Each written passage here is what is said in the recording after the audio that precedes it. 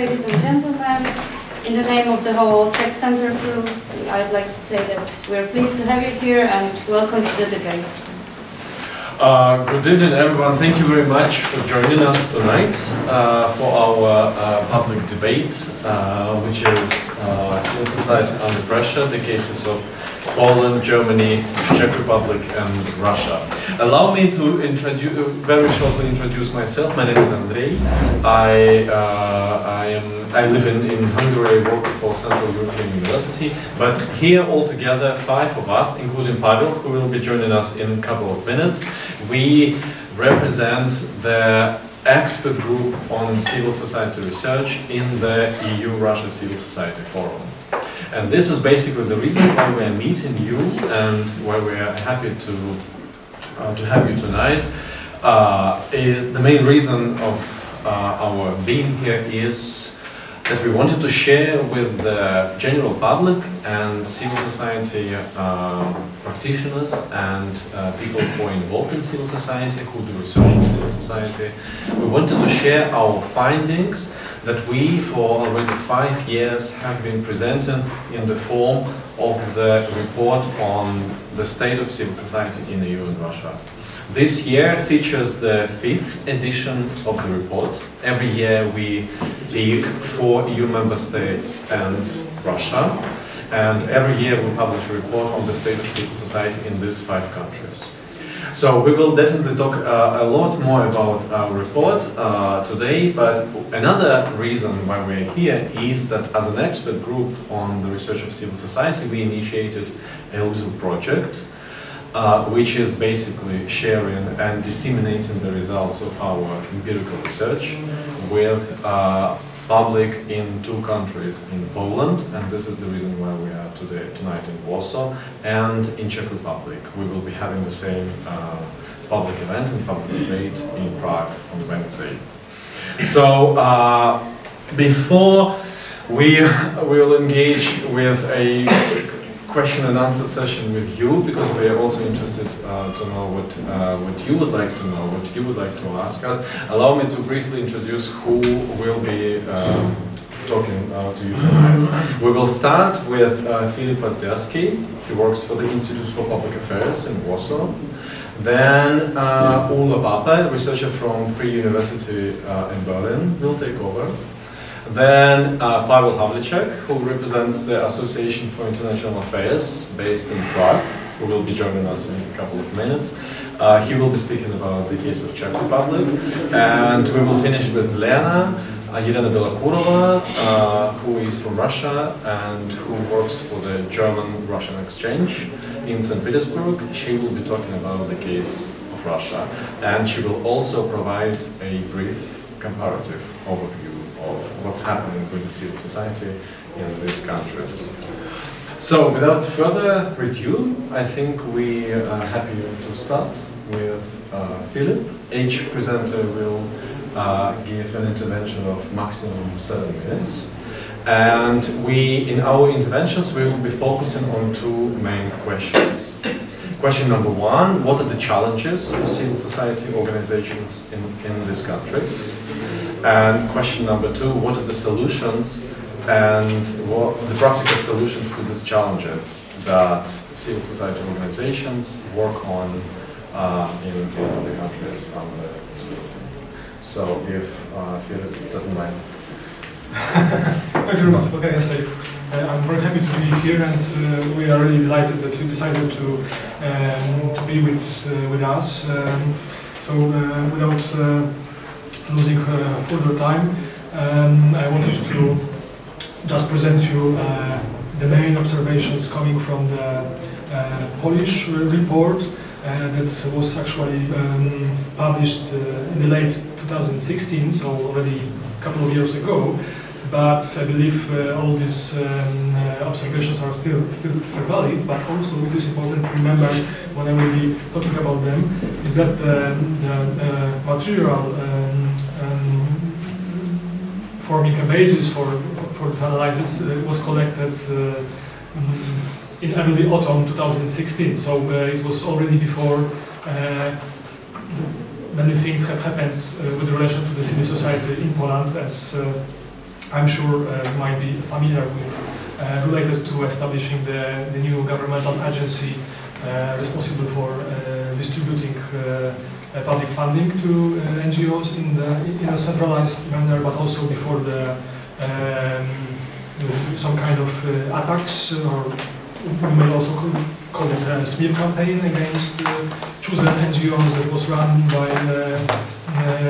by public media, and that started in the late autumn, actually, mostly in November, and ended up in December 2016. So all this material was collected before, but even though what we were able to observe through the various interviews with the representatives of Polish civil society organizations were these actually four main challenges that they were claiming. There were also other challenges named, but I'm just showing you this main four ones that were appearing more often. So first and foremost, you can see that on the first two places there are challenges related to funding. Yeah, so one of these points is related to the access to the EU funding, because in 2016, after the governmental change, and it was also like a natural process when we were between two frameworks of the EU funding. So there was a delay in implementation of the EU funding, being important source of funding for. Probably not probably the smaller part of Polish civic sector, but definitely the larger ones, the stronger, being prepared to use the funding, and they were pointing out that this is an important obstacle in their current operation.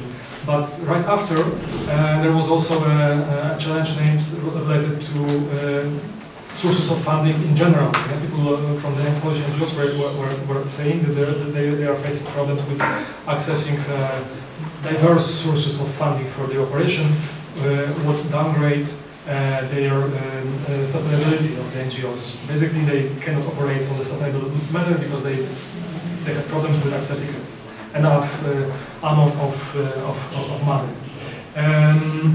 Another challenge that was also mentioned already then, as I told you, it was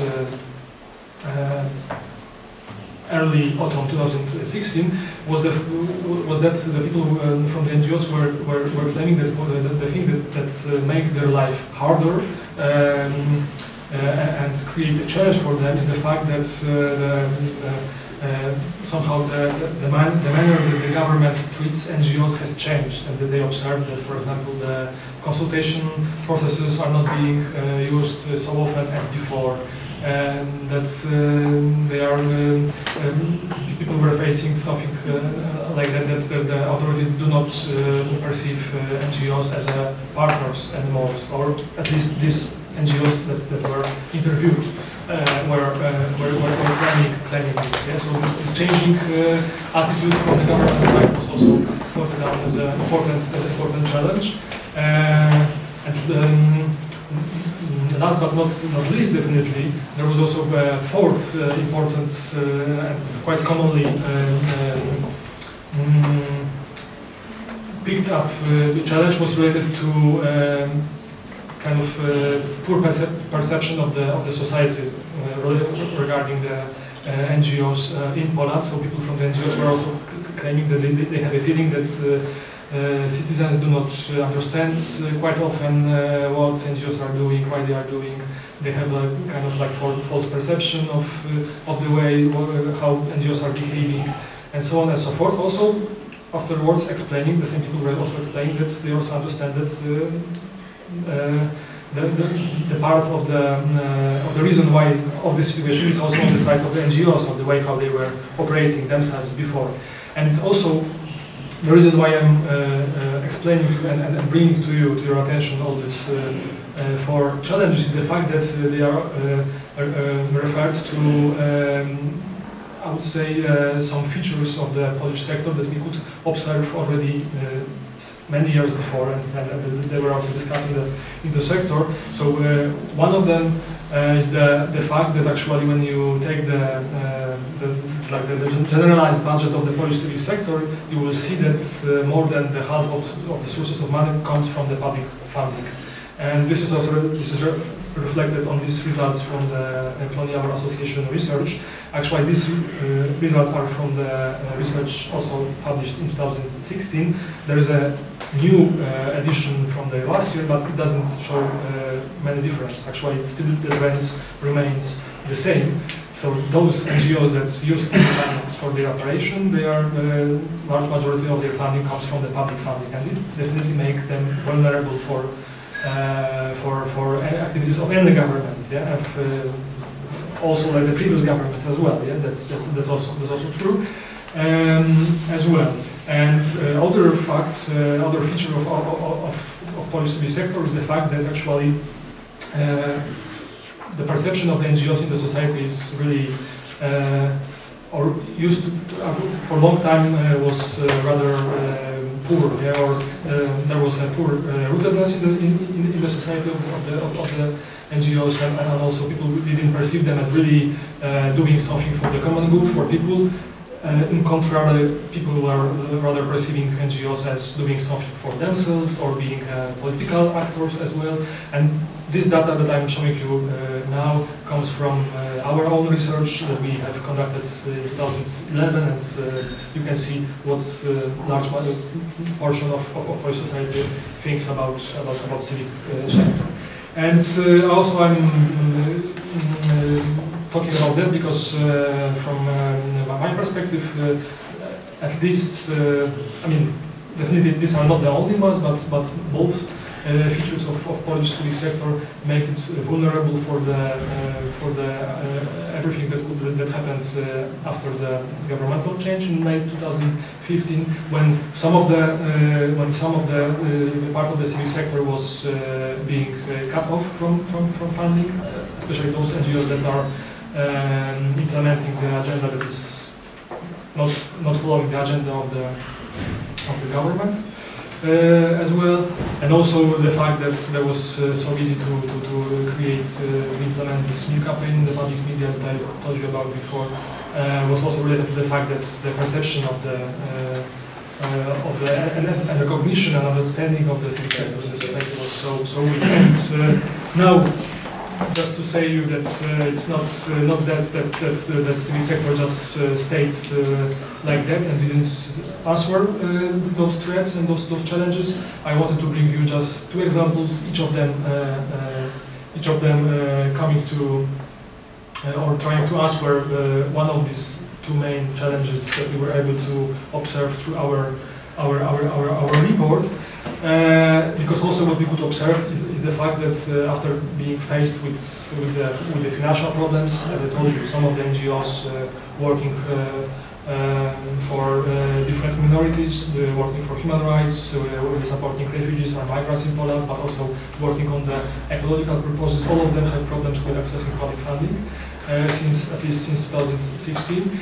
So what they had to do and what they were in this way kind of forced to do maybe even was to change their behavior, change the way they think also about their work, and with starting also changing the language, they try to communicate with the publics, with the beneficiaries of their activities, and explaining in a more simple way, simple words, their activities. They also started implementing different kinds of donation campaigns, asking people private people for support. And here you can see an example of the activities that were implemented by one of the main watchdog organizations in Poland, called Watchdog Poland, which implemented this kind of donation related to some objects that were made by the designers, but all these objects were somehow twisted out, so they didn't work properly as the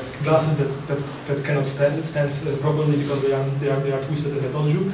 And these objects are reflecting the aim, the cause for which this organization is working, because they are as a watchdog. They are observing the work of the authorities and trying to make the authorities of different levels, central, local levels, to work properly, so do their job actually for the citizens, for us.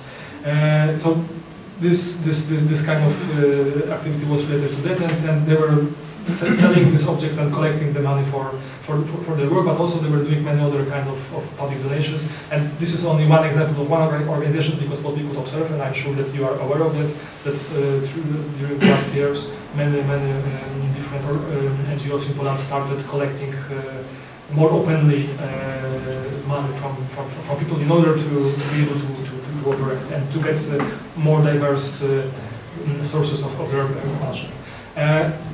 And last but not the least, again, there is also a very good example of the campaign, of the activity aiming to do something with this false perception of the civil society in Poland, or maybe poor understanding of the civil society role in the society, and it's called civic organizations works. Probably, maybe you heard about it. Interesting thing is that it was organized in a participatory manner by a group of around 20 NGOs. Interesting issue, another one, is that many of them also participated financially, which is also interesting in the Polish perspective, that the sector has financial problems.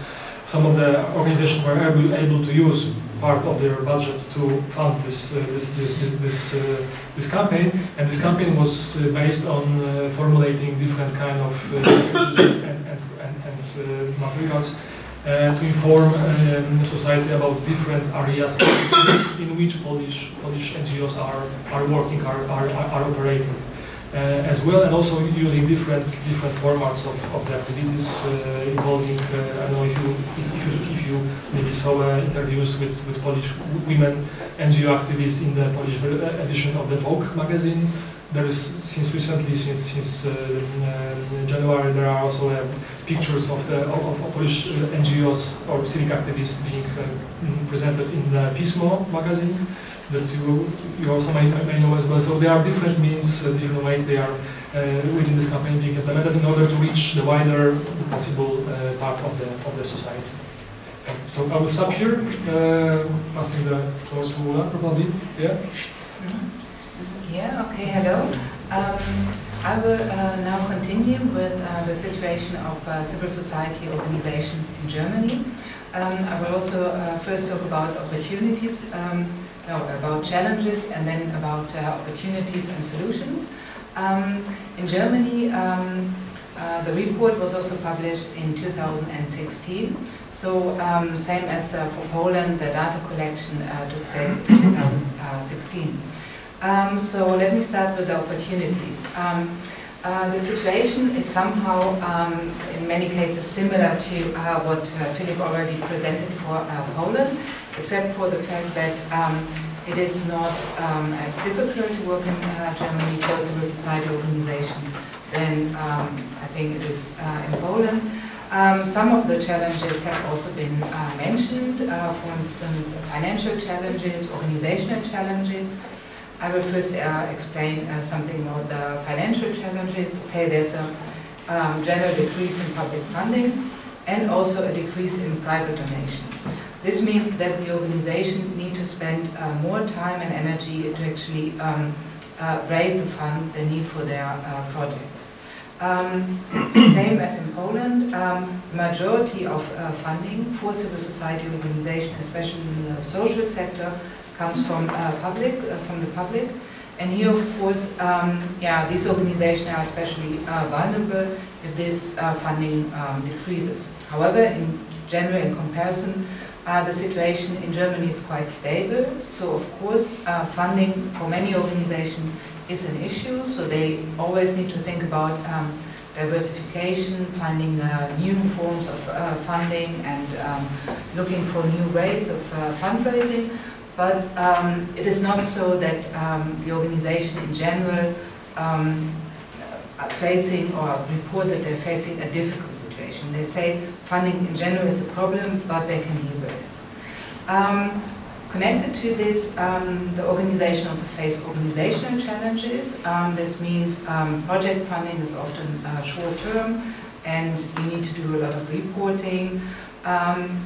This means that many organizations are working from project to project, and sometimes your planning horizon is very short. But I'm sure that all of you who are working for civil society organizations know this problem. I mean, it's a general issue that is there, and yeah, organizations somehow have to deal with it. Related to this is a problem of employment. So many non-profit organizations find it difficult actually to offer good job contracts.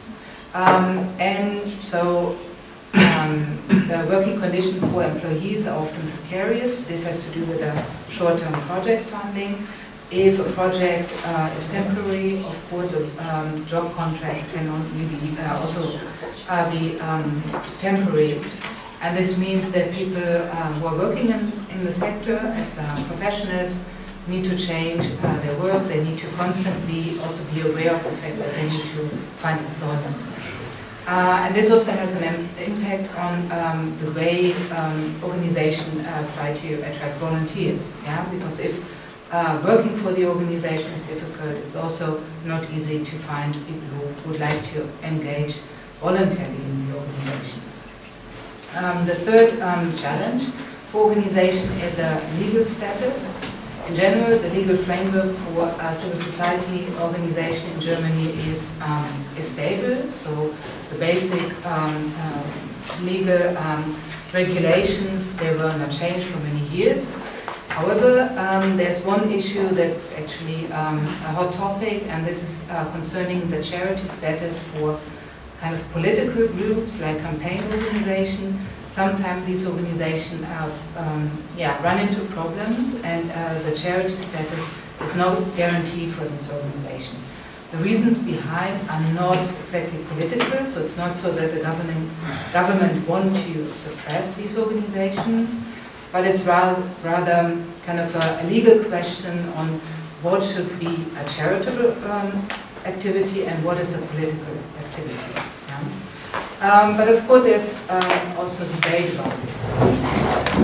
Because what it means if an organization loses this charity status, it means that donations cannot be deduced from the taxes. Yeah, so it's more problematic for this organization to get private donations. So these about the kind of organizational challenges that organizations are facing, but of course this all takes place in a societal context. And here come the more serious challenges. These are political and societal challenges, and they have to do with growing societal tensions and lack of social coherence, and it also means the rise of populism.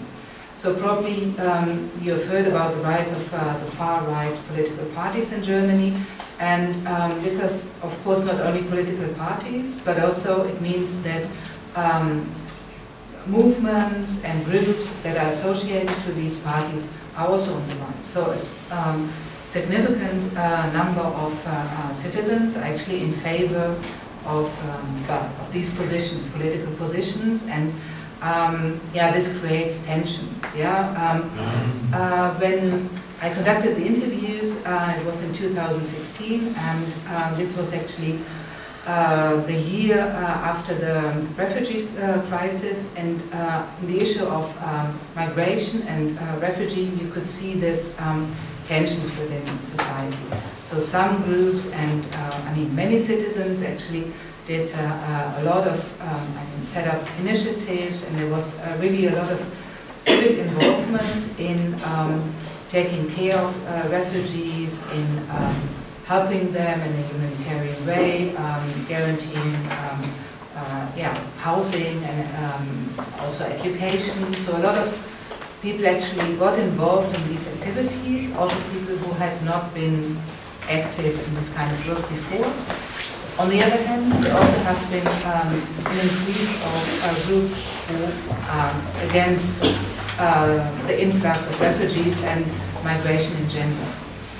For civil society work in general, this means also a medialization or politicization of the work.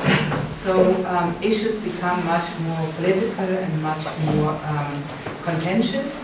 And this also means that the communication departments of organizations become more important because they need to take care that everything that comes out to the press is actually agreed upon, yeah, so that they do not end up in political struggles.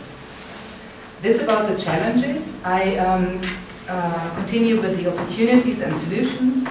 Well, when we come to the financial challenges, obviously opportunities and solutions are new forms of fundraising, and they have been a lot of different new tools like crowdfunding campaigns, social entrepreneurship, and new marketing techniques that organizations are experimenting with. So some of them actually invented this new, some of these new tools. Others heard about it and they applied in their organization. I think we can discuss about these kind of new forms of fundraising later. This is one issue. The other issue, like solutions to the problem of this disconnect with society, actually new forms of connecting with the public. Yeah, so here you can see that organizations try to develop new topics. Yeah, so they try to raise, yeah, to define new topics that are interesting, for instance, to certain audiences, younger audiences, and they try to issue new media campaigns. And what is also very important, they try to connect with artists and with activists. So, meaning to think about how to make certain activities more appealing. Yeah. Yeah, so this can be all be solutions to this issue of connecting with the public. And then, of course, we have the issue of the solidarity of the sector and yeah, civic life in general.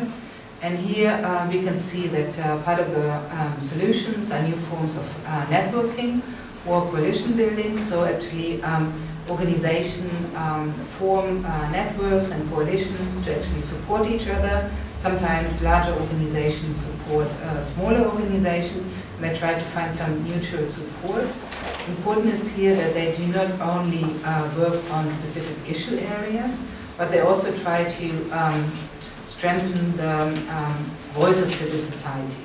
Yeah, so it's not only information work, but it's also about yeah, presenting civil society as it is. I would like to show some examples to you, only very shortly, like this kind of reconnect with society. There's one intercultural initiative, that's Refugio in Berlin. This is actually a share house, and what is interesting here, it started as it's a social organization, the mission. So it works for people in difficult life circumstances, and they were approached by a group of activists and designers with a suggestion to actually establish a share house. A share house is well, a combination of a kind of house where people live and a cultural center. And the idea is to make this self-sufficient, so have organize different cultural initiatives, have a cafe where people go, and kind of these initiatives can actually run the house, yeah. And the house is open for newcomers, so people with a migration background, but also for people in Berlin who would like to live in this house. So it's actually open for different groups. Yeah, this Refugio share house is actually working quite well, and a lot of people are just joining it or going there as an open space for cultural initiatives and so on. Yeah, I think we will come back to different examples later on. So now I will pass the word to Pavel, who will tell you about opportunities and solutions in Czechia. Sure. Dobry wieczór. Hello, my name is Paweł Halicik and I represent here the Czech think tank organization called Association for International Affairs. I will spend a few minutes with you speaking about the Czech civil society. We conducted this report in 2018 and 2019. Please feel free to have a look later on this as well. I would say that my situation is a little bit easier in terms of the research and its presentation because I conducted the research and interviews, focus groups with representatives of the civil society in Czechia only later. It was during the 2 years that I mentioned, so my situation is here a bit different because I have more recent data basically to share with you. Many of the things that colleagues, both Filip and Nula, mentioned that are relevant also for the Czech case. It's a similar environment of Central Europe. Many of the practices, both good and bad, are somehow comparable, so I will not go in all details. I will try to go in specifics what's actually relevant for Czechia, and I'm happy that we can be here actually in this beautiful Czech center and discussing these kind of things. So first, what is quite specific and it's good to know from the context point of view is that the landscape for civil society, but also the society in general in Czechia, changed after the October 2017 parliamentary elections, which brought to the Czech parliament 9 political parties, which meant a lot of fragmentation in political terms, but also a lot of uncertainty. What will happen to the civil society, but also to society in general, to laws, who will be governing, and so on and so forth. It was quite a mess for the few first months actually. So this obviously impacted the civil society as well. I have to say that these elections also brought to the Czech parliament some of the extremes, what I call both on the right and left-wing part of the political scene, meaning the communists that we have, the Czech Communist Party of Bohemia and Moravia, how they call themselves, and also the SPD, the far-right party of Tomio Okamura. And they both started very harsh rhetoric against the civil society organizations, and already at that point there was new pressure on civil society in terms of funding, in terms of labeling, in terms of naming and shaming, meaning also saying some organizations are political, they are involved in politics, and they are working against us, and so on and so forth. So there was a lot of this, indeed. So this was a lot of,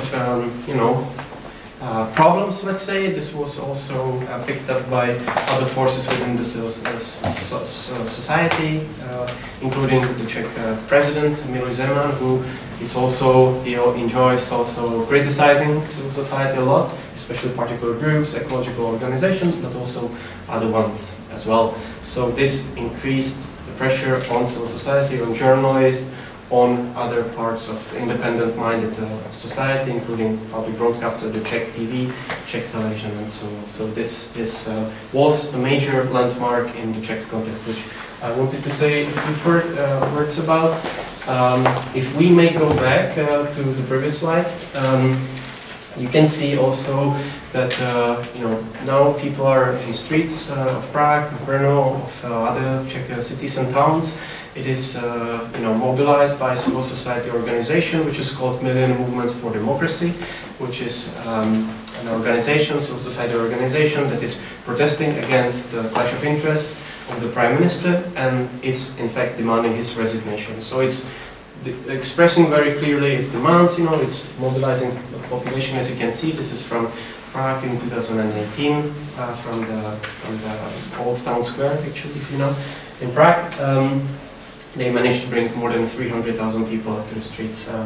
I know that in Poland, the question of polarization of society is very much present in here as well. It's one time liberal and conservative side, but it's also different political movements and so on. So it's just something that is also very present in Czechia these days. If we can move on to the next slide, I will say a few words about what are the major trends actually in the Czech Republic, and then I will go into this question of opportunities and challenges also that we are facing in Czechia. So what was quite interesting during our research was actually that once we were interviewing the civil society representatives, one of them mentioned that we in Czechia, and this is also true for civil society, stand somewhere in between the ideal development, and that's what he associated with Netherlands, and something quite problematic for civil society, meaning repression, meaning limitations for income from abroad, foreign aid law, many of the practices that we will hear maybe from Lena, from Russia, but are definitely not beneficial for the civil society, which he associated with Hungary. So he said, we now here are somewhere in between, and only the future years, the upcoming years, will show if it's the right or wrong direction that the civil society is now heading to. So which was basically also a challenge for my analysis, capture of the data, and really grasping the picture, what's actually happening. So this was indeed a major problem. But in any case, I think we tried to do as much as we can, and it's all in the report. Speaking about other of the trends, many of them are actually similar to the Polish and German case. It's the problem with the funding, as was mentioned. It's also the capacity. It is, for example, the fact that up to 80% of the Czech civil society organizations, which are more than 100,000, it's 130,000 organizations, are dependent on a single source of funding, or they don't have funding at all. So this is indeed a structural challenge for the civil society that is also good for you to know.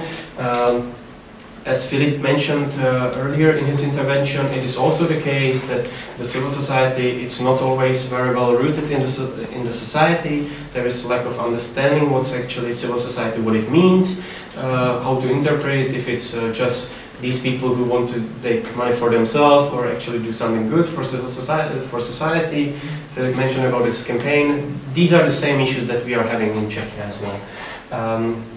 So indeed, connected to this polarization and some kind of adoption, as I mentioned also, the Czech civil society has been pushing back against this more pressure, as I described it, in terms of discourse against civil society and so on. So there are some new tools, some new kind of techniques that the civil society is actually employing. One of them was this mass mobilization of citizens done by Millennium Movements for Democracy. Actually, this very successful, one of the most successful campaigns that we managed to have in Czechia so far.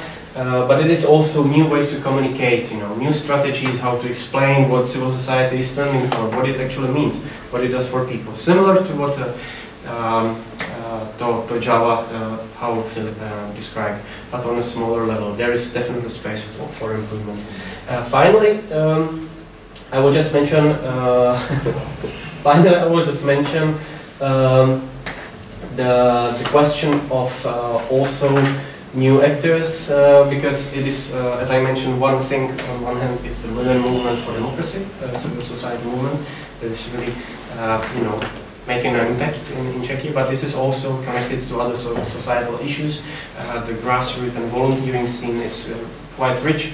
It was connected after 2014, related to the migration crisis.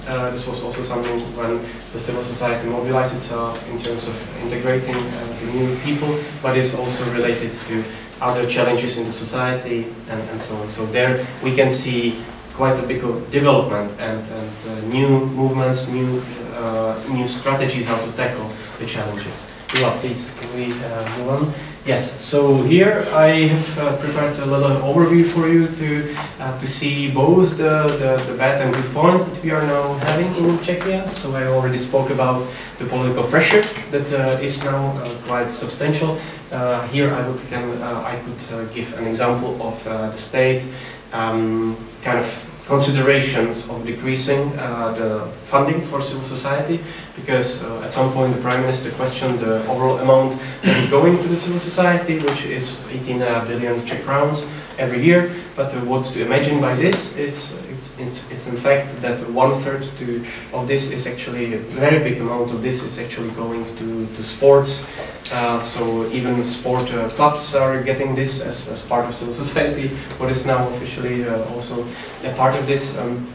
In Czechia, what is considered by civil society. So we see, for example, that the biggest state subsidy is given to the football association. So, second being the university kind of association, and the third the biggest NGO that we have in Czechia, which is called People in Need. So these are the biggest three recipients actually of the state subsidies, and the football associations and sports in general, it's actually playing a major part. So once this debate was open, then there was a lot of obviously kind of pushing back from the civil society, but also pushing back by the ministries, because they didn't want to cut on social affairs, social providing social services, and also on sports and youth. Both of the ministries that are actually major recipients, up to 80%, are going to the two ministries. They said this will be this will never be the case, that we will cut down on expenses. So in here, the civil society was very successfully pushing back. Legal and administrative burden is indeed another major challenge. It's a strategic problem for the civil society in Czechia. We were discussing earlier with Philip that actually here in Poland you have some of the laws that are missing in the Czech Republic. For example, we don't have any law on volunteering, we don't have any law on social entrepreneurship in Czechia, we don't have any law on beneficial activities. So there are some structural problems actually hindering the Czech civil society from having a very good development, such as, for example, in the Netherlands, as was mentioned. I already spoke about this state funding issue. On the other hand, among the positive developments, positive points that we can maybe be happy about is definitely this kind of coordination and coalition building.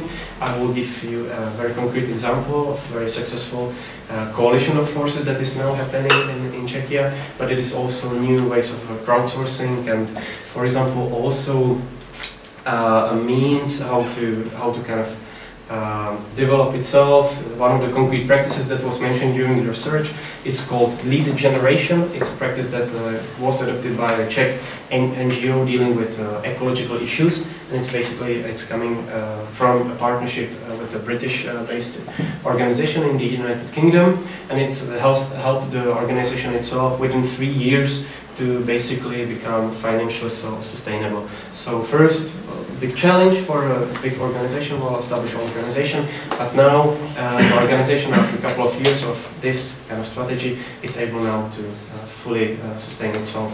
So quite interesting example. And finally, yes, so I just wanted to also touch upon the international component. We didn't mention today so much about this actually, because obviously both the EU but also other source of funding, including the Norwegian funds that are also working in here, but also other coalition of foundations. Now, for example, I can mention one called Civitates, which Robert Bosch Stiftung, the foundation, German one, is part, and there are others as well. And they are basically putting money into one pot, and they are supporting both strategies and this coalition building within civil society, but also digital challenges related to digital sphere. So these are new opportunities that are now existing for the Czech civil society.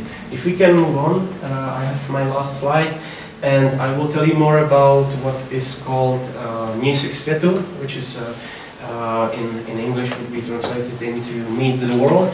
And it is quite an interesting and innovative way how to do this coalition building that we all three spoke about. It is basically how to work on a particular agenda of sustainable goals for development. So it's to implement strategy called Czechia 2030 for sustainability and more sustainable development in Czechia.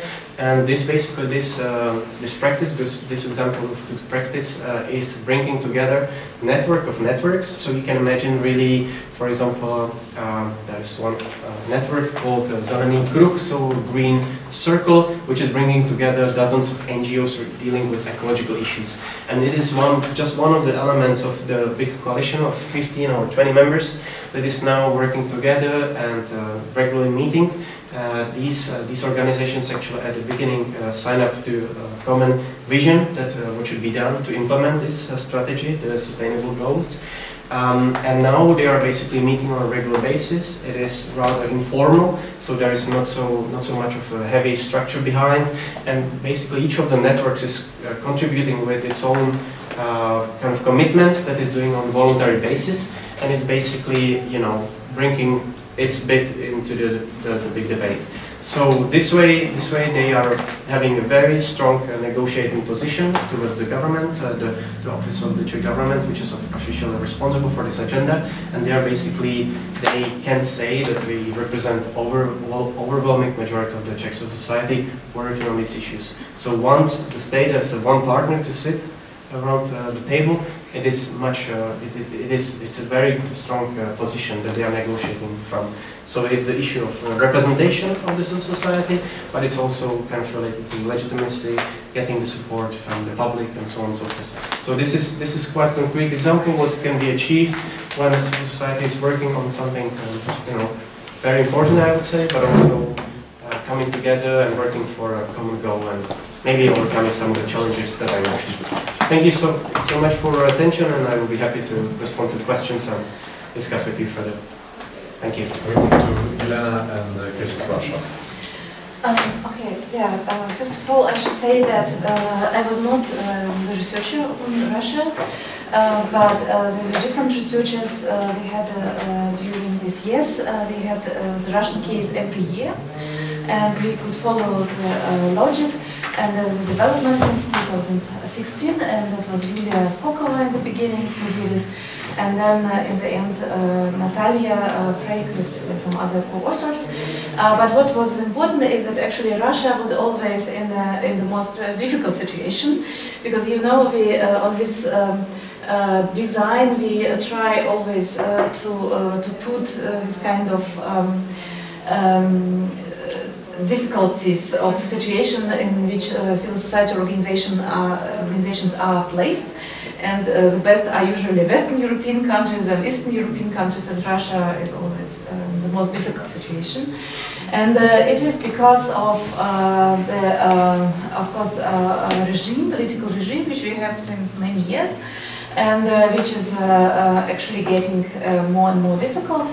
So that's why, So that's why, if we speak about the major challenges and trends for civil society organizations, it consists first of all in the pressure from the state, especially on critical civil society organizations, and especially on those who have independent foreign funding or had previously foreign funding, and that are mostly human rights organizations, environmental organizations, and there is plenty of measures which are taken by state in order to exercise this pressure, that are provincial issues, that is that are legislation on foreign agents, on undesirable organizations, and many different things. Smear campaigns are also important. What is maybe new is what was written in the last reports already, that we have not only pressure on political organizations, which was previously the case, but also on people, on general people, or activists, or just regular people who just make some kind of reposts on the internet, or write something critical towards authorities and so on. So the pressure is actually getting stronger and stronger.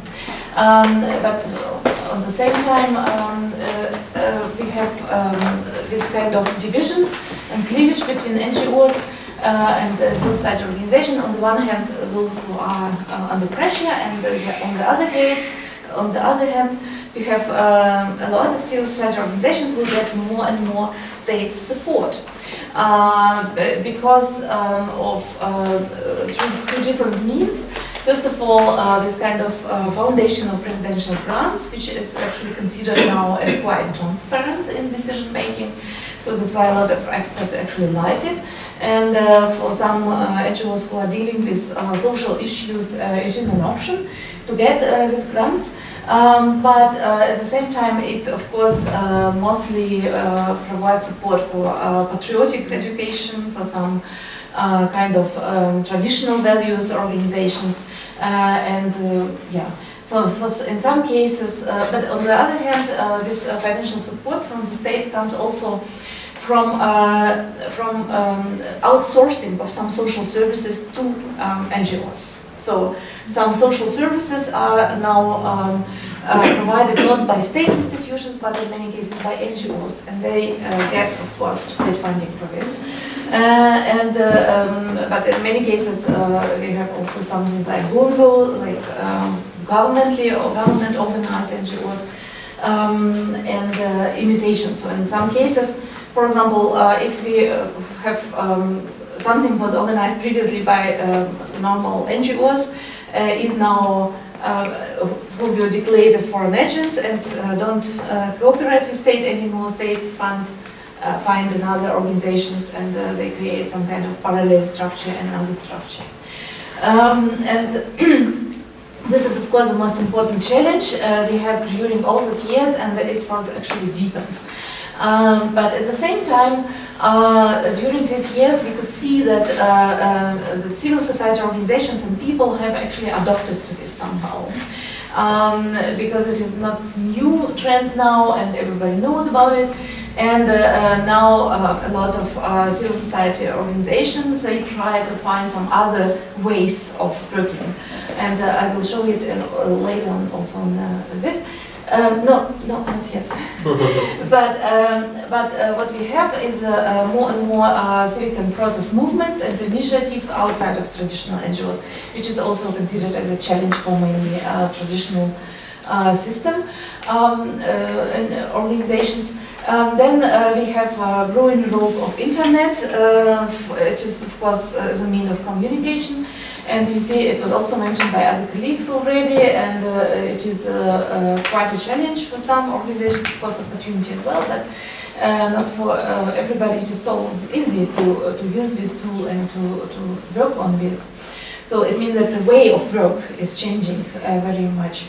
Then we have growth of public and media awareness and participation, which is also a challenge to some extent because it also needs some kind of new approaches and new leaders and generations. So we have now new people coming, new young people coming to organize civil society activities in some different way, and I will show you on the next slide, especially. We also speak, if we speak about solutions, we also speak about solidarity and about joining forces, like it was mentioned in the Polish case and in Czech case.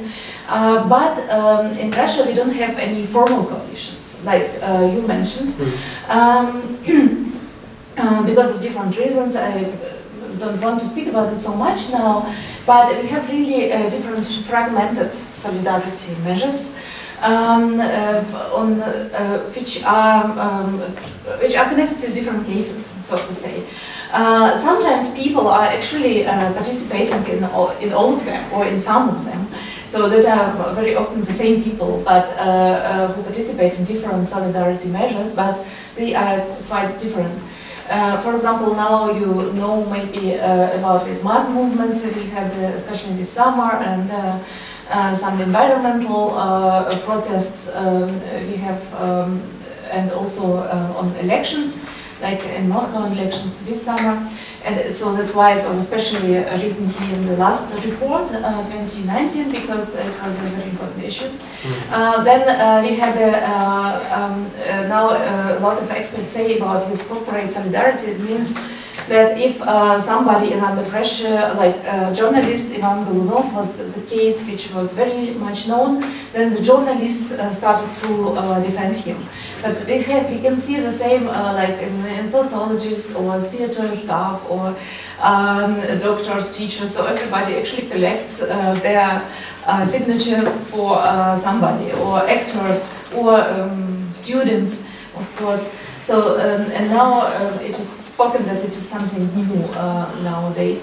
Then we have solidarity with political prisoners. We have a lot of them, and of course many of them have their own support groups with their friends, their relatives firstly, but then attracting more and more people, mobilizing more and more people. So, and I think it's also very important to mention. Then we have crowdfunding for different fines for different organizations who now get more and more fines to pay to state. And actually, in many cases, we have, for example, with Transparency International as an organization, then New Times, which is a media, 7/7, that is also a media, online media for regions. They got all, they had to pay very high fines, and actually they have could collect very quickly these fines through crowdfunding. And I think it can be also seen as a solidarity measure, of course. Then we have campaigning, which is also to some extent solidarity, but which is also not coordinated by somebody. Very often it is just, and also it's not organized by one organization, but somehow by many different organization groups. Like, for example, we see this example of law on domestic violence. Now it is a big campaign conducted by many gender organizations, but not only, but many people, and also some celebrities are also participating in this, and so there is a lot which has been done, and I hope that actually it will have its influence. But I would say it is also some kind of solution now. Then we have charitable fundraising for private donations and community building. There are a lot of examples on different reports which were brought on this, and I think a lot of them are very interesting. Like we see now that some media, online media, they are serving as fundraising platforms. So they are writing some stories. And at the same time, in order to collect donations to solve some kind of story, some kind of problem. Or there are, of course, some different platforms on the internet which are very good developed now for crowdfunding. Then with civic merchandising and stores, it was mentioned also by Philip, in the watchdog situation, but now it is really developed,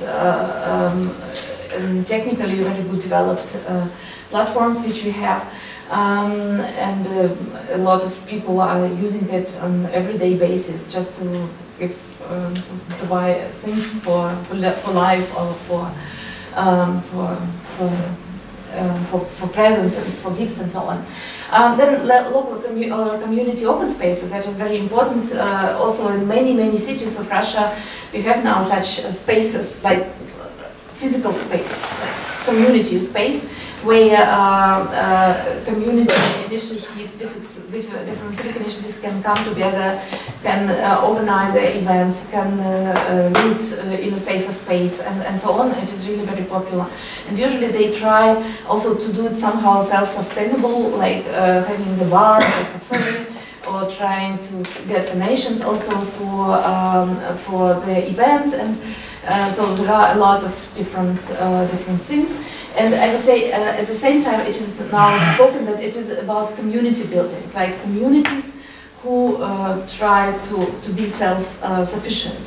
And of course it is also connected to some extent with social entrepreneurship, because very often these communities, they don't register any NGO anymore, and and they work through different legal entities. Maybe some private firm, or some social enterprise which has no special status in Russia as well. We also don't have any law on this, so it is just an enterprise. Yeah, and then but there are really a lot of different initiatives, and it is now some kind of fashion among young people, especially in St. Petersburg, where I live, for example. All young people who are somehow try to show they are progressive, they should have some kind of social initiative and do something for environment, for this garbage division, for food sharing, for something, or for some social initiatives. And they are very fragmented also, they are not registered, but everybody is somehow connected. And we have some events every 3 months where they present their initiatives, so what they are doing, and it is always 30, 40 new initiatives coming. Of course, they are also not so stable, maybe, but it is really somehow a boom of it. So that's why I think that all our solutions, and I would say, if just the last point on Russia, if you speak about Russia, I would say we have on the one hand this kind of challenges, and in many cases these young people and new solutions, they are not really connected with the challenges, but they are connected with some kind of building some alternative civil society. So yeah, and in many cases they don't only protest, but building just building new ones. And it is, I think, now interesting because it is another way. Because in the beginning, everybody was frustrated and thought what to do with that, but then now it is just going its own way and its own life, so to say. Yeah, okay, that's just for Russia. I just don't speak so much about summary. It is also my task now, but yeah, can we just. Yeah, because I was involved into this civil society report from the very beginning, and I worked with all the researchers to some extent. I can say that actually, if we speak about different countries, we find a lot of similarities. Here, that are similarities. And it is interesting because in the beginning we thought that we will have so different countries, it's not possible to compare them. And it's not possible to find some similarities, but now we have a lot of similarities, and we have a lot of challenges, common challenges for democracy, for civil society organizations.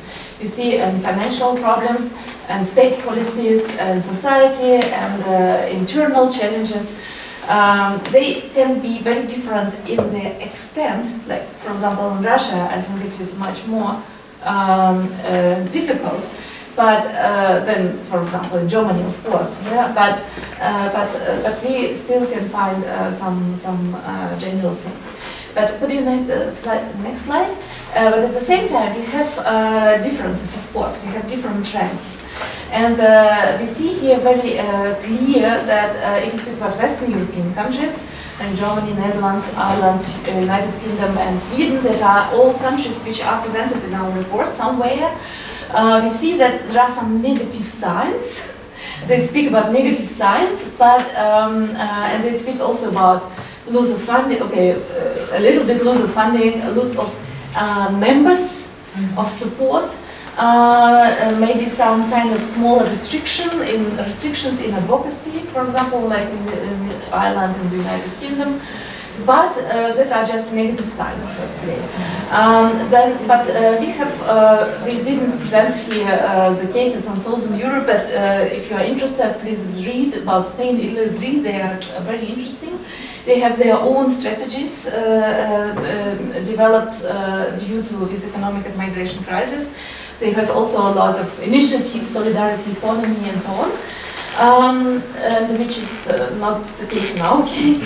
But as for Eastern Europe, Eastern Central Europe, we see that at least two trends. On the one hand, we have Lithuania, Estonia, and I don't know what is about Latvia, we'll have only this year.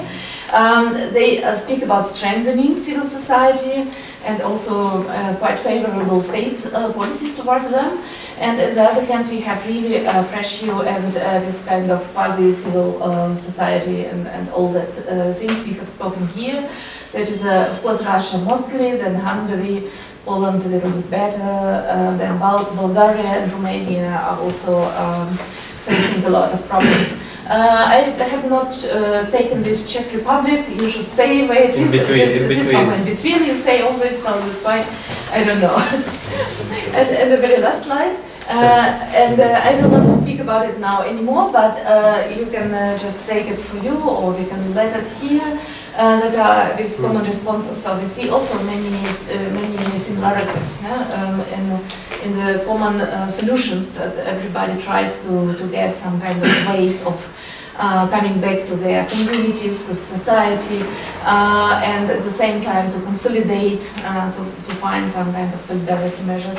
and to use internet platforms, crowdfunding, and so on. So we see that everywhere. And but to some extent, in all the cases we have spoken that all the civil society organizations have spoken. Yeah, something is changing now very much, and we are in the identity crisis. We are rethinking our activities and so on. So, and I think that's why it's really interesting now to study it and to discuss it. So, thank you very much, Helena. Thank you very much to all our presenters and authors of the chapters. I understand there's a lot of information to digest at this particular point, but I would like to open the floor for your comments, questions, and remarks. If you want some things to be clarified, please don't hesitate. We're here to answer your questions.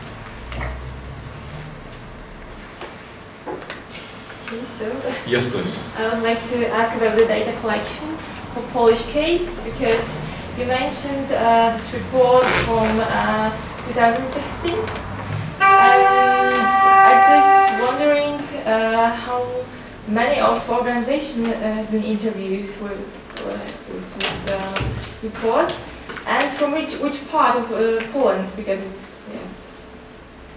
Thank you very much for the question. Should I ask for collecting?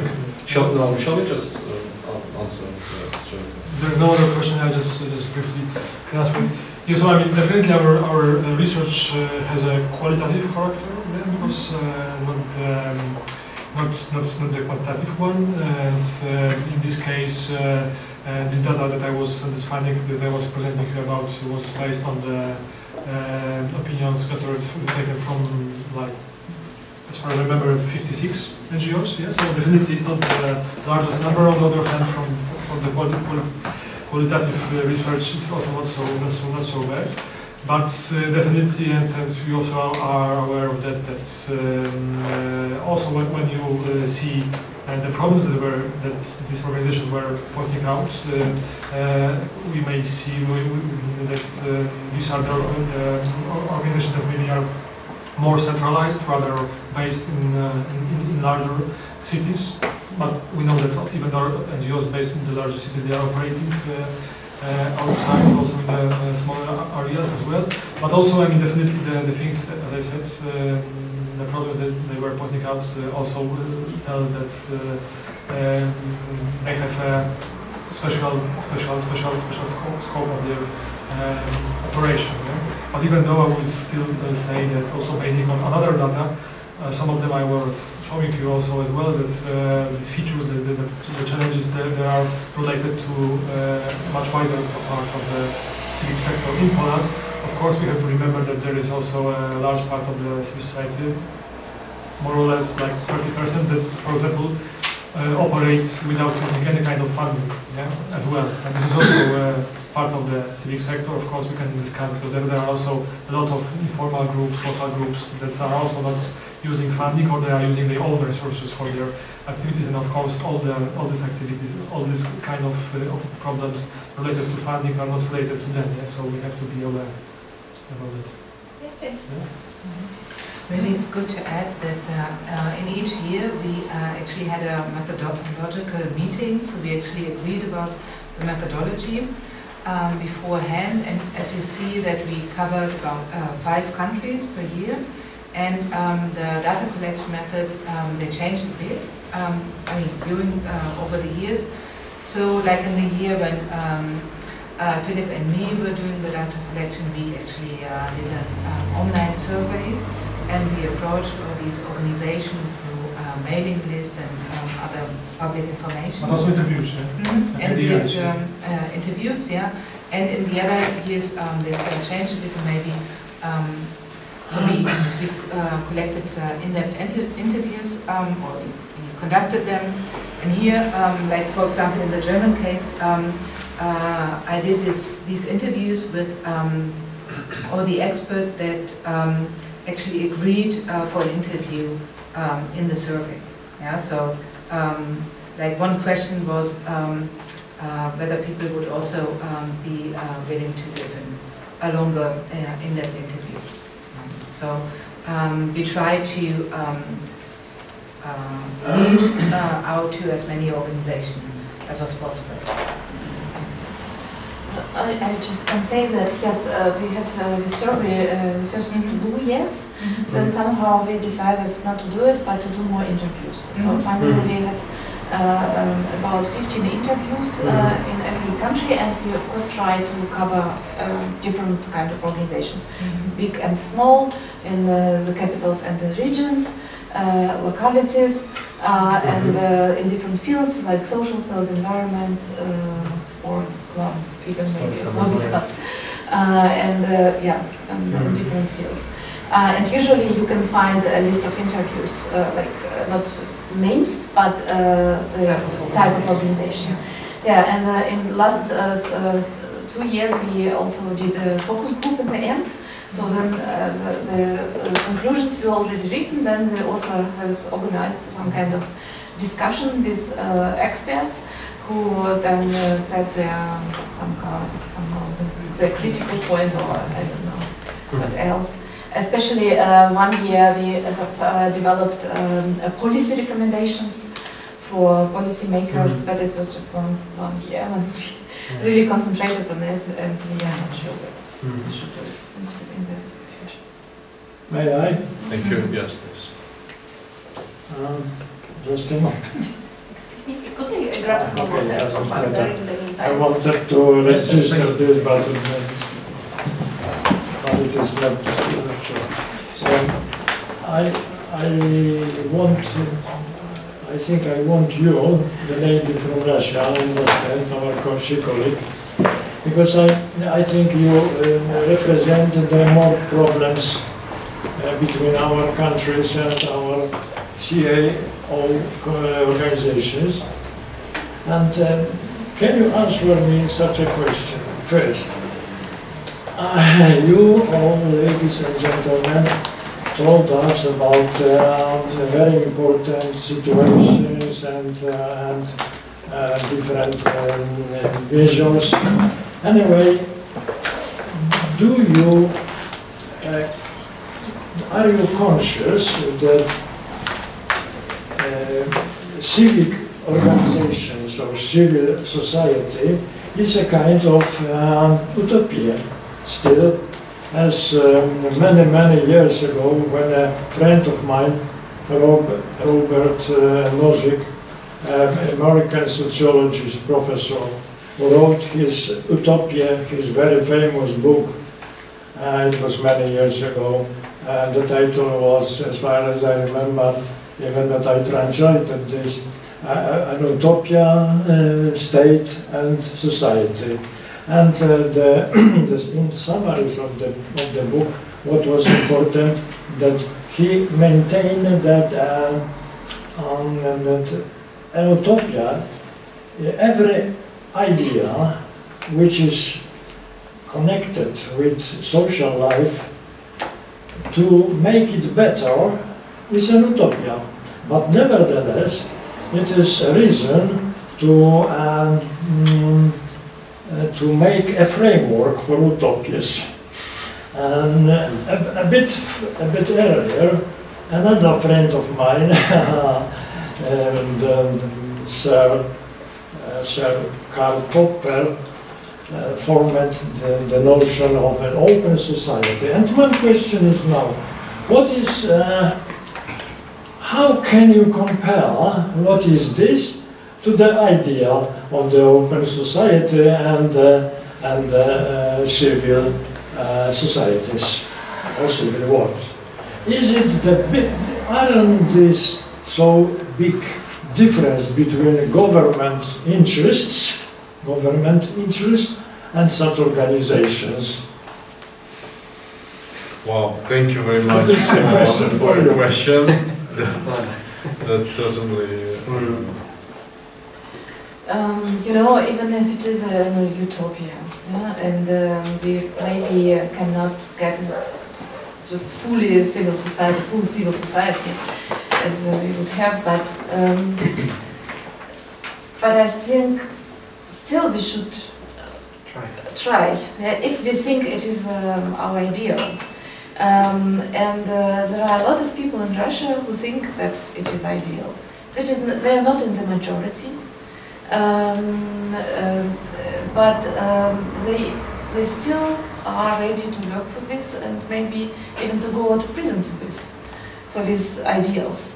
And people just do it, and yeah, and so what, I don't know what to say about it. It's just we are far away from this ideal. We are now really in a closed society, not an open society, not in civil society, but that are ideals which are very important, and we just study them and we find them, and because we see that it is so important for so many people, so why not to study it, to understand it, to support it, and to work for this? Why not? But still, what are reasons? What can such leaders of organizations, of these organizations, can do just in a situation when the interests of governments and such organizations are so different? Yeah, governments are not utopias. No. Governments have a real life. No, but then you should find some other ways to work and to adopt some strategies. Maybe we have some answers from Uma and Pavel. They would like to. I think it's also very interesting to look at the government. I mean, even in a semi-authoritarian regime like Russia, or authoritarian regime, how you want to describe it, even there, government actors are not one uniform group. I mean, there are people working for state institutions, and some of these people actually have an interest in civil society organization, and they want to cooperate with civil society. And there are big parts of the society who actually support these organizations. So it's not black and white.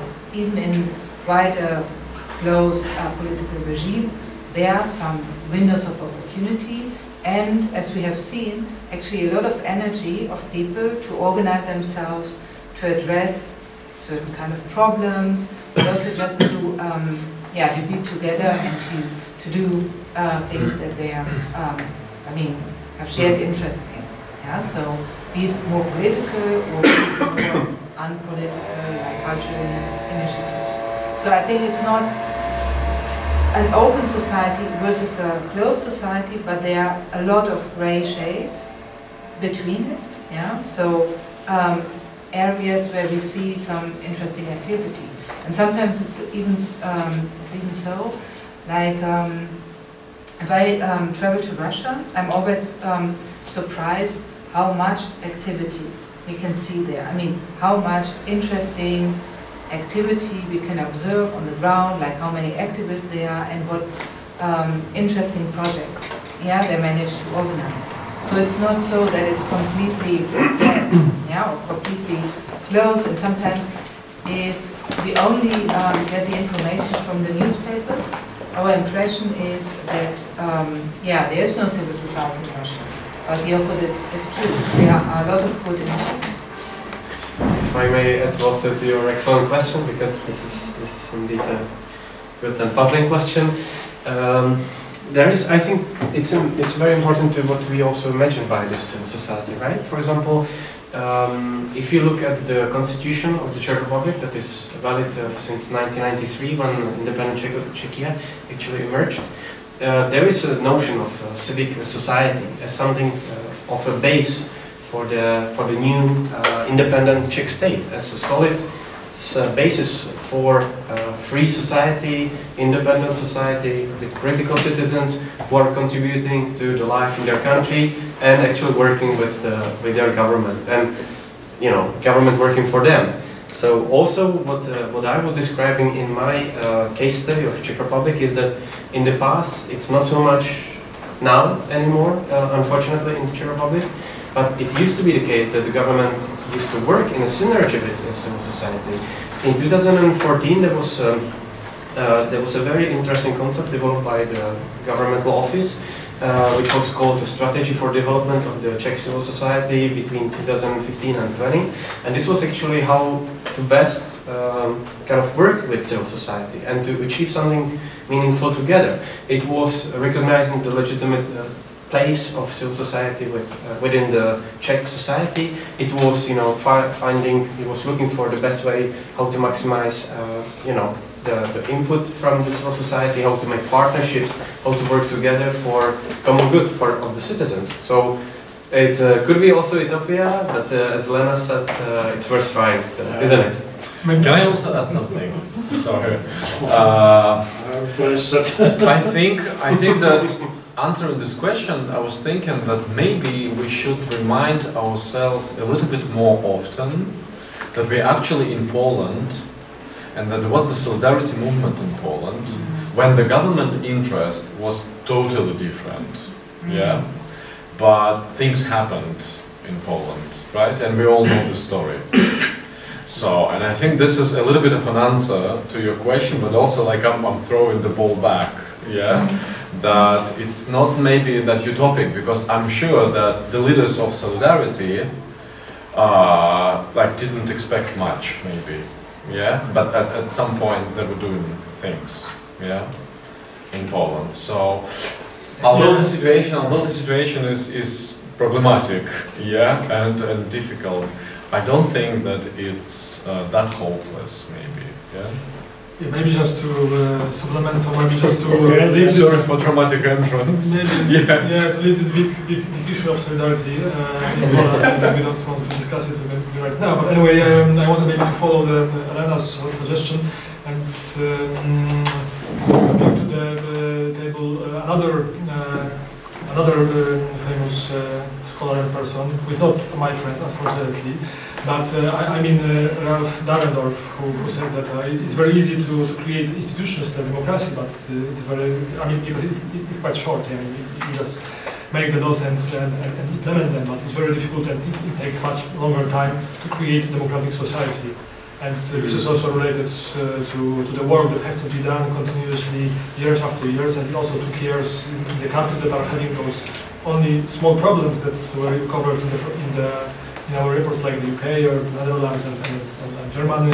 It took them some decades or even more years to be at this place, and we are in this part of Europe relatively new democracies, and we are still learning. And what I wanted to tell also, basing on the data that I wanted to bring you, that there are also some hopes regarding the civil society, because we can observe that through what happened with Polish civil society is the fact that even in the hard times that at least part of the Polish civic sector is facing for some time already now. Again, not all of them, but some of them have really suffered a lot, and some of them have been even closed down. So, for example, several organizations working for the refugees and migrants in Poland, or some women organizations as well. But for some others, they could observe really that the new strategies that they implemented work out for them. They really observe that the attitudes of the society are changing. They are observing more support from the society. So maybe because through these hard times, maybe we will be able to, at the end, become stronger as a civic society, also developing new ways of cooperating, of understanding, of speaking with each other, and supporting with each other. And maybe then, afterwards, we will be able to get a bit closer to this ideal that you mentioned. Yeah? At least I hope so. And that's why maybe we can observe this movement, our work as a movement, as being in a process. Thank you very much. Do we have any more questions, comments, critics? Yes, please. Because following this discussion, I mean, for me, it's a kind of the question: what is the purpose of existence of the civil society organizations? Because one thing is how engaged society is itself, the society in the particular region or country. But for example, the issue of the problems of the civil societies right now, organizations of the civil society organizations with the funding, or with having a kind of the response in the society. So my question is, do you think that civil society organization should rather be like a kind of the responding to the needs of the society, creating the programs then which are more or less following what the society is interested in at the moment? Or should be rather the organizations which are a little bit going opposite? They have some kind of the idea how the open society or the civil society is supposed to be, and then more or less inspiring the society in going into a particular direction. It may have a completely different consequences on, for example, the financial aspects of the organizations, but it will also be a completely different point of view of the reason of existence of the civil society organization, because it's relatively easy to find out the situation that society is changing and we are following.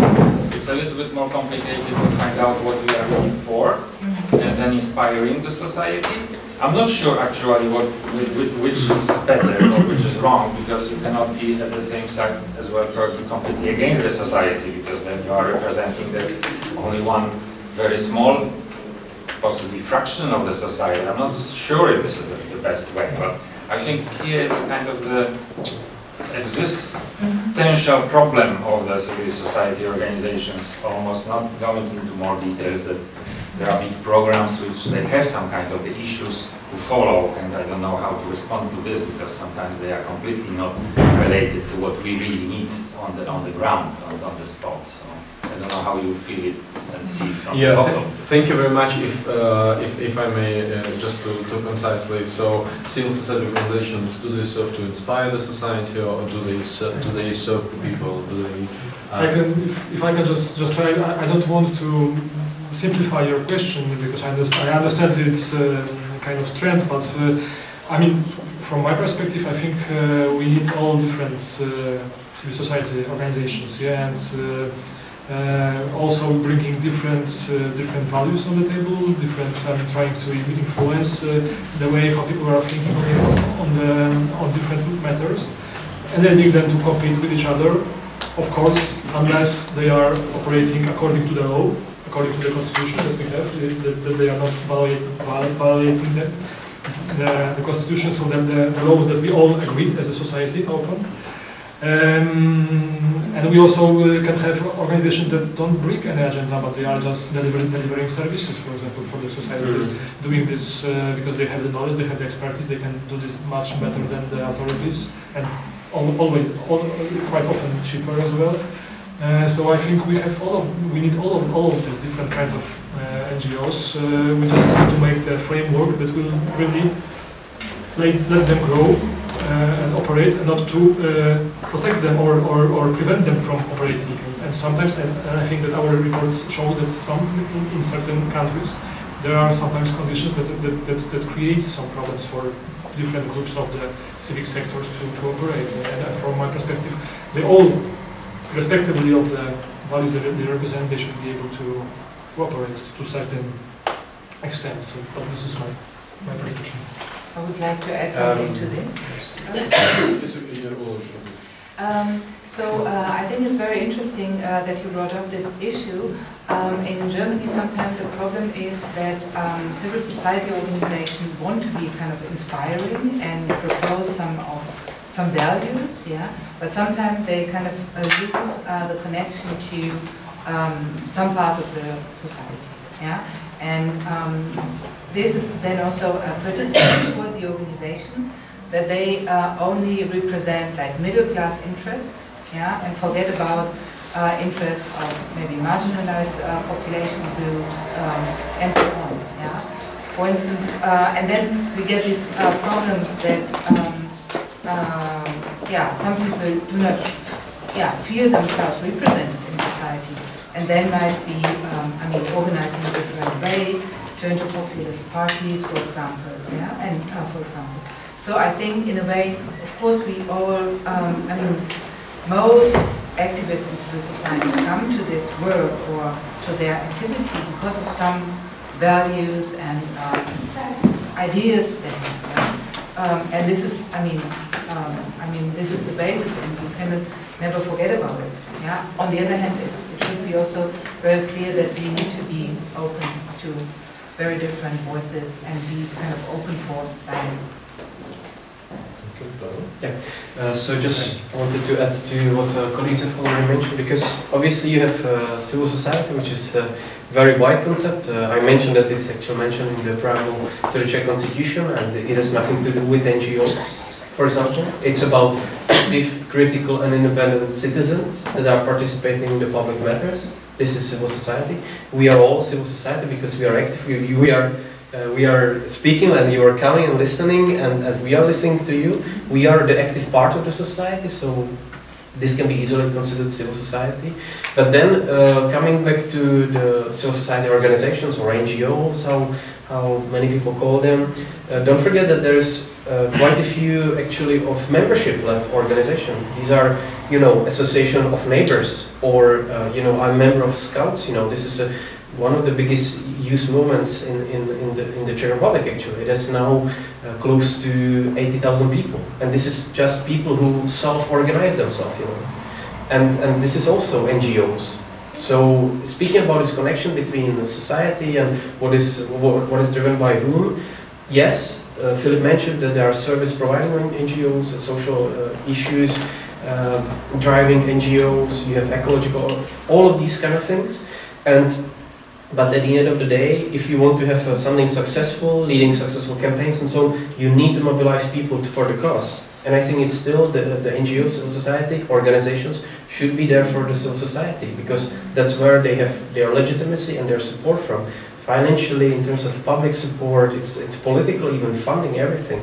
So I think it's mutually beneficial, of course, but I see NGOs and civil society organizations as an ultimate expression of people's will, actually, of ourselves, yourself as well. So yeah. Thank you. Yes, please. Please, some question. Internet communication, it is a threat for NGO today? Threat. Is it a treat or threat? Threat. Like a problem. Like a problem, yeah? Threat. Challenge. Thank you very much. Who wants to? Ula, then Lena, Ula. So first of all, we consider it as an opportunity, because it is an opportunity for alternative communication for people, for organizations, for everybody. So I would say that is a number one. So how we consider internet, and only then it can be considered as a threat, as a way how the government or government officials can control citizens' activities. Yes, it is considered as a threat, but maybe not as strong as in China yet, in Russia, but still we think about it, that it can be a threat, and we have also some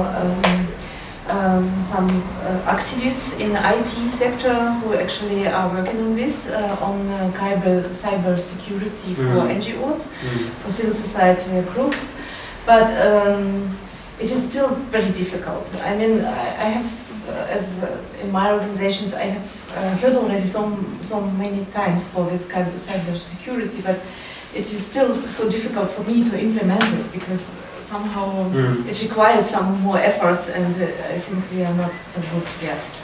But yes, but we see this threat. But yeah, I don't know. But it is seen firstly as an opportunity, and then as a threat. But yeah. Yeah, I mean, what we saw in many of the countries was that there are established organizations on the one hand, and then there are kind of new activist groups on the other hand.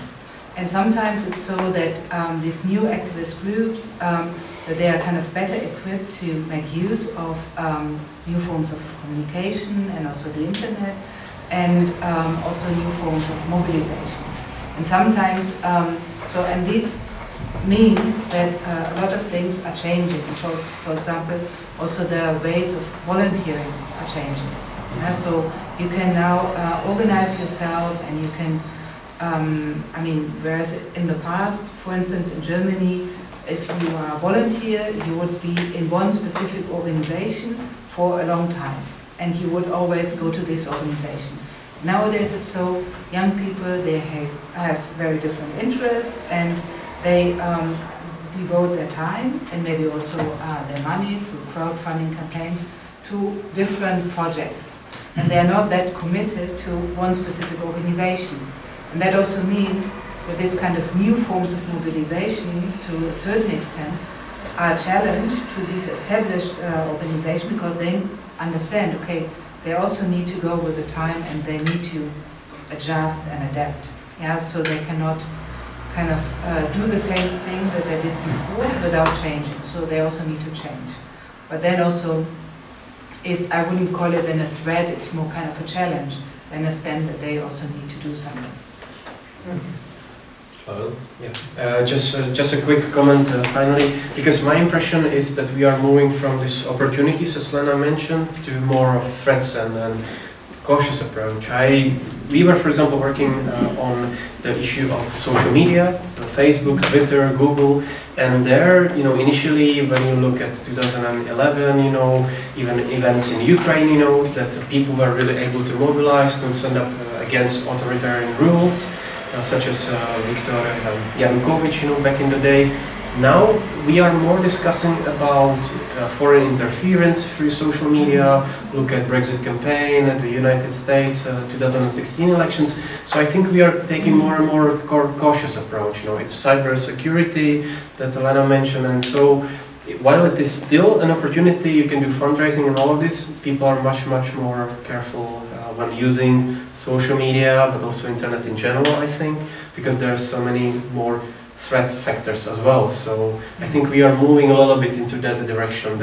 And now in Russia, for example, there is the whole kind of separation of the Russian internet, which is maybe phantasmagoria, but maybe it's something that can be achieved by the regime after all. And China was mentioned here as well. So while at the beginning it was all good and many opportunities, now we are moving to somewhere maybe else. So I try to, If I can just add just two things very briefly.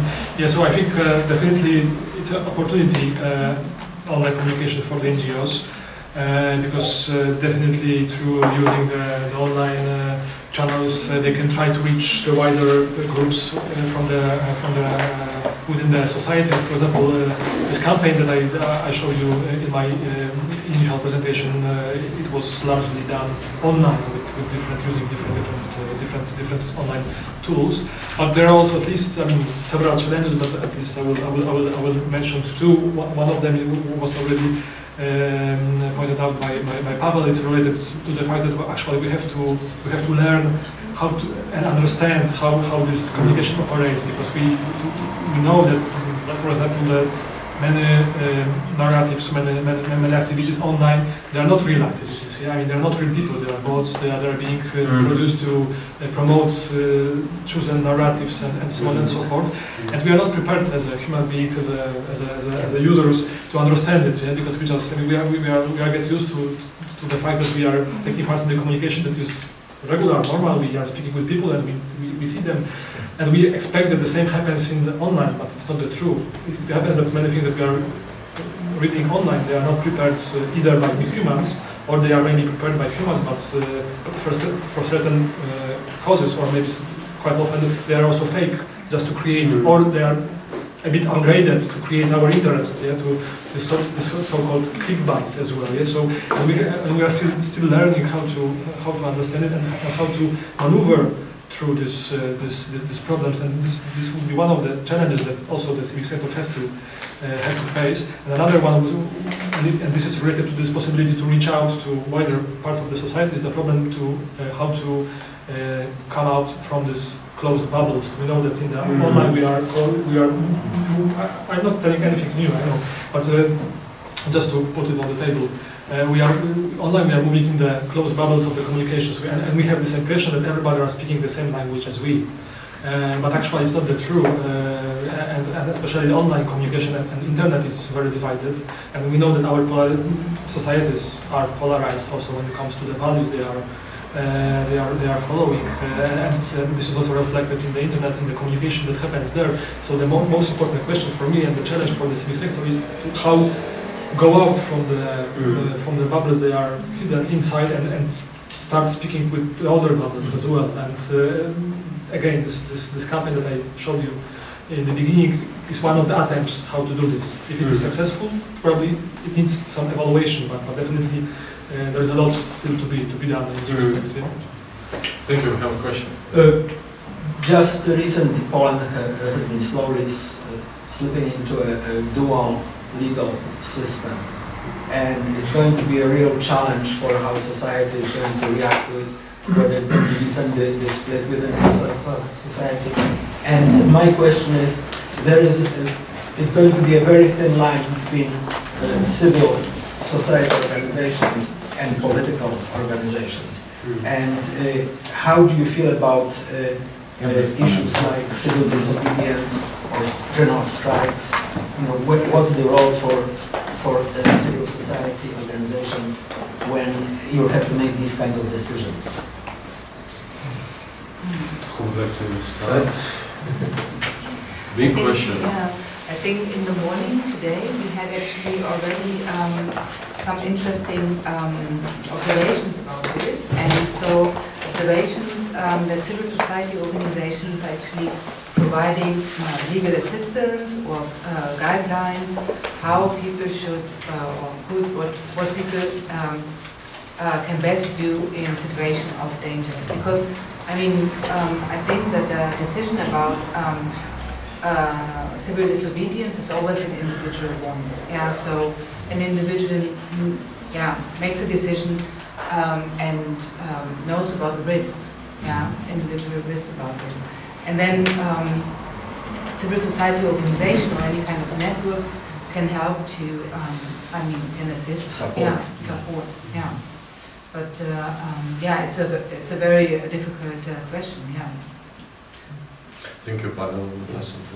So from my perspective, what the Czech case is basically showing, and we see it, in the recent months, is that the civil society is somehow, taking distance from political movements. I already spoke about this million movements for democracy. Many politicians are actually challenging its leaders, that they should enter politics. If they can mobilize 300,000 people, maybe it's time to transform into political party or something. They said that they are here to represent all of the society, as many people as they could.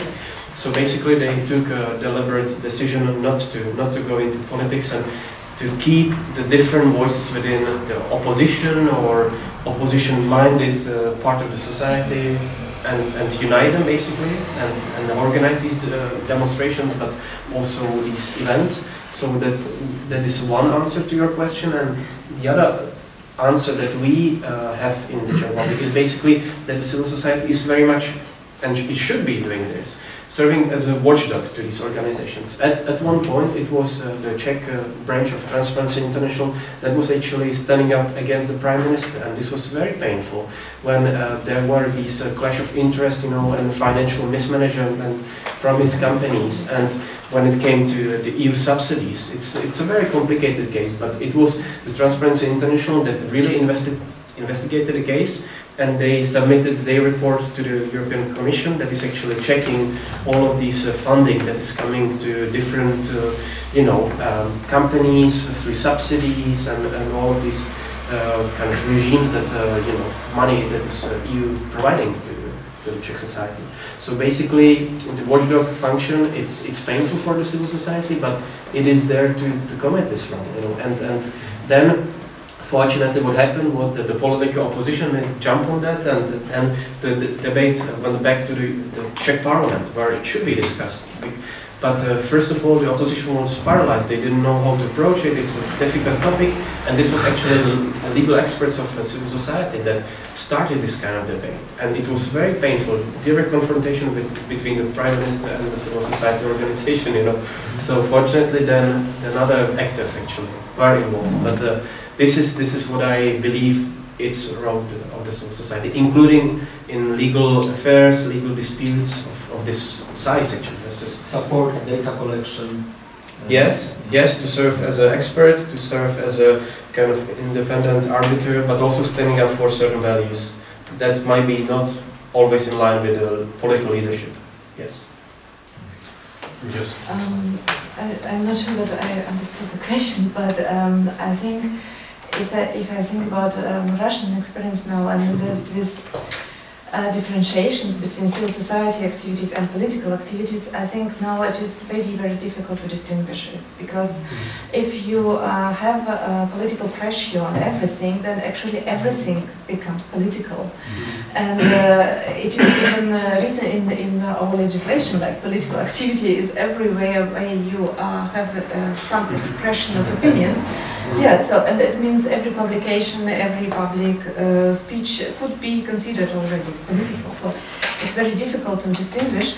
But I think still that the civil society organizations try to say that they are working for civil society in order to educate citizens who maybe will be political or not. Yeah? So they're working for citizens, first of all. And then it is up to citizens whether to participate in political activities or not, in politics. So we are working, helping the activists, but then if it is about political protest or demonstration, it is not about civil society organizations at all in Russia. That are the same people maybe, but in another capacity, so to say. Yeah? And I think every person distinguishes it somehow. I distinguish it all the time. So I'm here in an NGO or maybe some organization, German organization, and here I'm going to demonstration or for solidarity action or something like this as a person, not as an organization. But we have also a very big discussion on whether what is more important and better to do. Whether you should go and struggle for regime change and then to change everything in one moment, or you should do with smaller things, small deeds strategy. So just to improve something, some smaller things, and to help some more people to understand what is going on, or to do something to improve their lives. And it is always a discussion, and really it is so popular in Russia because there are two camps. Yeah? And I think it also somehow relates to your question, and everybody should decide for himself or herself so what to do in this. And of course, many those who decide for regime change, should someone leave Russia and can do maybe less, I don't know. Yeah, so there are different arguments, and those who do the smaller things, they can be maybe achieve more. But at the same time, it would be also we discussed yesterday. Of course, there is always some argument of those who are in the system and say, I'm changing the system from inside through these small deeds. And maybe there are some limits where they don't change anything anymore, but they just work for the system. Yeah? So I think it's very, very complicated question, but I think it is very, very, very important for every person to decide. So in a state that is on the authoritarian end of the spectrum, everything is political. Yeah. That's what you're saying. Yeah. So you cannot hide behind a civil society organization. You have to be the person who is responsible for your own. Even if you are silent, that is some kind of behavior. If you don't say anything, Maybe if I just very briefly follow up to what Helena has said, because I think that what we have to also be conscious about is that we can observe this consciously implemented strategy of the government in several countries to name all the activities of the civic sector, of the NGOs of different kinds that are criticizing the government. The government don't like them, and we can observe it through these reports in different countries. They are using the strategy to really to name them that they are politicized. Yeah? They are doing the political work. But I think that we should be conscious about that, and we should remember not to let the government to take from us citizens this possibility to really, because being political is just speaking about our our life, the public issues that are important for all of us. It's nothing bad, and what they are trying to do is trying to associate it with something that is bad, that is wrong, in order to make their life easier, yeah? Because it's easier to calm when they can calm down these groups, yeah? And we can observe different parts of Europe, and as far as Poland is concerned, as I know, as I could observe it, we can even observe it, see it on the local level, and that in the local authorities also, in certain places, this kind of strategy is being used by the local authorities as well, yeah? To calm down some of the activities that they don't like, that they are making too much troubles for the authorities as well. So, and we also have to watch it carefully.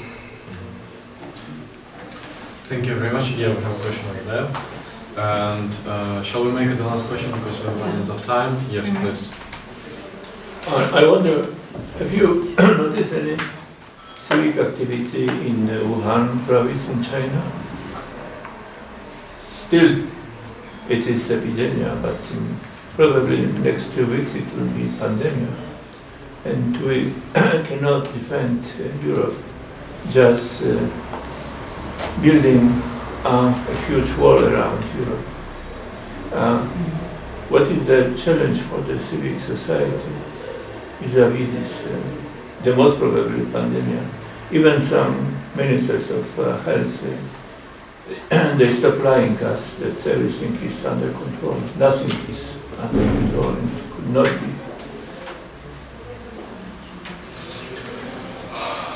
Thank you very much. So what is the challenge for civil society in times when the global pandemic is on our shoulders? And is there any civic activity noticed in Wuhan, in China? I mean, the only thing I can say to this is just to give you one example. I have a friend working for a health organization, non-profit health organization, and this person actually was traveling to spend some time in Wuhan last year.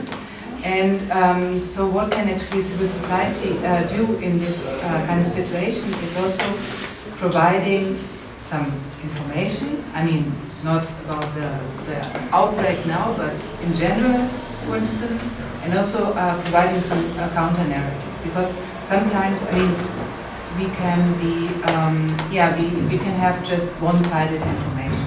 And it's important in any case to know, to have the information from different sides. And this can be one function of civil society in a situation like this. And of course there are active citizens in Wuhan province and people who are in contact with the outside world. Yeah. If I may add something on the same note, speaking about information, I think that in case of this pandemic, what's more important than what we now can read in all the newspapers is that the Chinese government, it turned out, knew about the virus and knew and hid more information about the virus than became known afterwards. So I think this basically taps into the issue of transparency, of operation of health public bodies, or public bodies who are responsible for health of the population, who elaborate and implement health policies. And I think that the role of civil society would be to actually to push for more transparency. And if we're speaking in Europe, I think that question with the transparency, and especially with regards to public bodies who deal with such issues as health, for instance, and so on and so forth, that question of transparency is still not resolved. So it's still we still do not know what's happening. We do not know what research is being done on new virus and pandemic. We do not know actually how these things are regulated in terms of legal acts. We know very little about this, because we're used to thinking that there's someone is working and the state is working on the rest of state laboratories and people are doing research, and at some point the state will come and maybe save us from this, but we don't know what's happening with these things. So I think that the role of civil society would be to push for more openness and transparency of the state bodies. There's also, because I mean, this is all, of course, very extreme case that you brought, and also quite sudden one, but we can also expect another maybe similar events that will happen in the future. For example, we should remember 1919.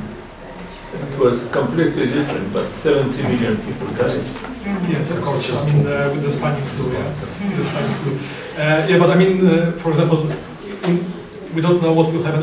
We can expect that something will happen with the climate change, for example, and there can be another tensions, social tensions rising as well, and maybe probably it will.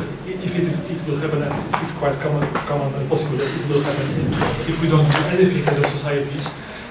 We will also need to expect large flows of migrants again. Yeah, that will be trying to find place for the living, and this would be also another threat or the challenge for our societies if we will be facing much larger influx of foreigners, of migrants than it was in 2015, and I'm bringing another cases like that as you have done to our discussion, because I think that the role of the civic sector would be to prepare the society for that as well. Yeah, with relation to being like open for the foreigners, a bit reluctant to follow the treat that might be disseminated with relation to these different events, just to make the societies stronger through their work. And I believe that also this is something that should be done together by the government with the civil society. And also I think that such cases, such events are good arguments to say that we shouldn't lose our energy fighting with each other. Maybe it's better to really, I mean, I know that it's maybe too optimistic, too idealistic, but it's worth also to think what we can do together, because I mean, we have to do something. If there will be a pandemic, I mean, we can do, or we will not be here anymore. So, but let's hope that there will not be pandemic. And on this positive note, we thank you very much for coming.